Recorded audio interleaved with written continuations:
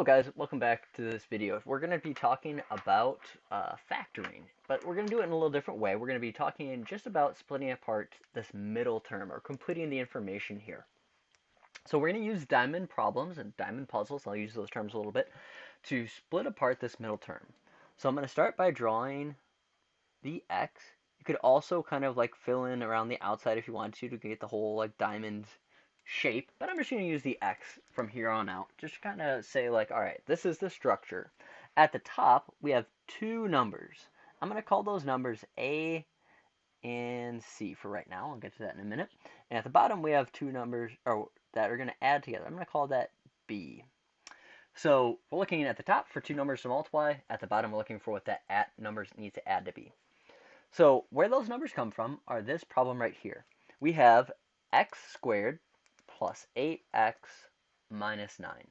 So I'm going to fill in one piece of information here. You might know it, you might not, but this is 1x squared. So I'm just going to put a 1 right there. So this a is the first number. We're going to refer to that as 1, or a. A is 1 times c. So this is going to be a up front.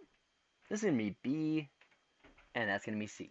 So you can either remember the locations or the letters. Doesn't really matter which, but we're going to take this first number, a, and this last number, c, and we're going to multiply them together.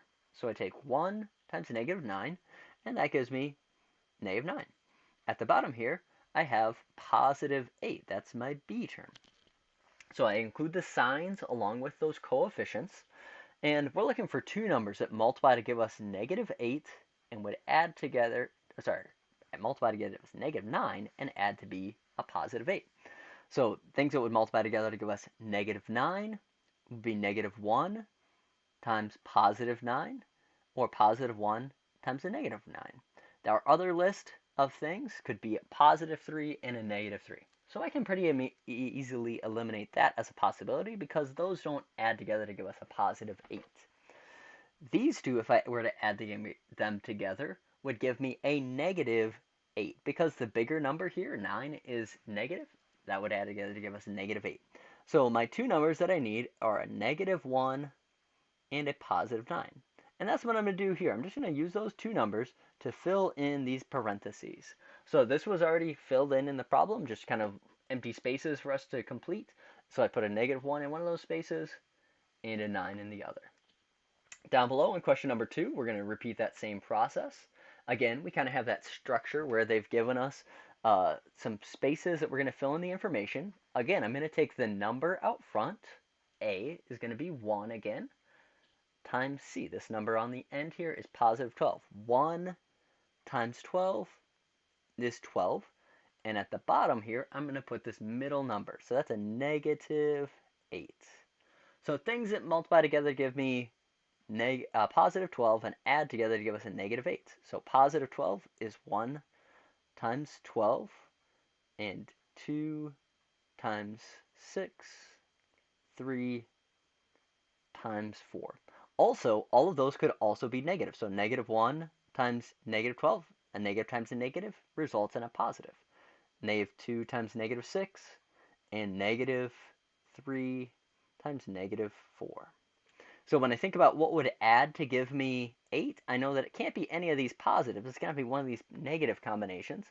And if I add those two numbers together, that would give me negative 8. That's going to be negative 2 and negative 6. So once again, I use negative 2 and negative 6 to split apart that middle term. So I'm just filling in the blanks.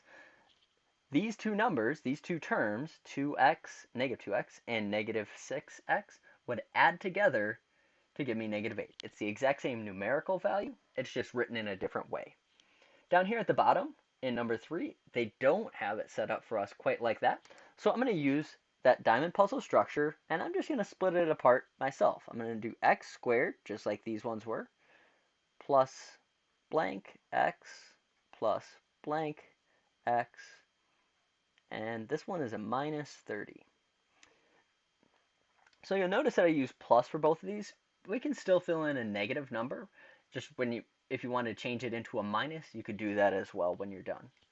So at the top here, I want this first number out front is a 1, and then this c term, this third number, is a negative 30. So 1 times negative 30 is negative 30. At the bottom here, I'm going to put this middle number, and that's a negative 1. So that came from right here. This was a 1x squared and a negative 1x. So that's where that negative 1 is coming from. So once again, I look for what are things that would multiply together to give me negative 30. Well, I may make a relatively short list here. Negative 1 times 30. I can do negative 2 times 15. I could do negative 3 times 10. I could do 4 wouldn't work. 5 would. I could do negative 5 times 6. And then all of these other numbers could also be negative if each of these numbers were positive. So I need to consider that as well. So which of these are 1 apart? Well, these certainly aren't 1 apart if I were to add them together. These ones aren't, and these ones aren't, but these two are. So I have kind of two things that I consider. I can consider 5 times negative 6 or negative 5 times a positive 6. Those both multiply together to give me negative 30. But only one of them adds to be a negative 1. When the bigger number is negative, the final result will be negative. So since this final answer, when they are added together, is negative, I know that it has to be a positive 5 and a negative 6.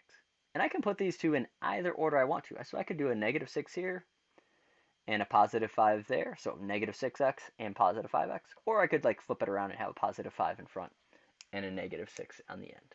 So that's how we do that.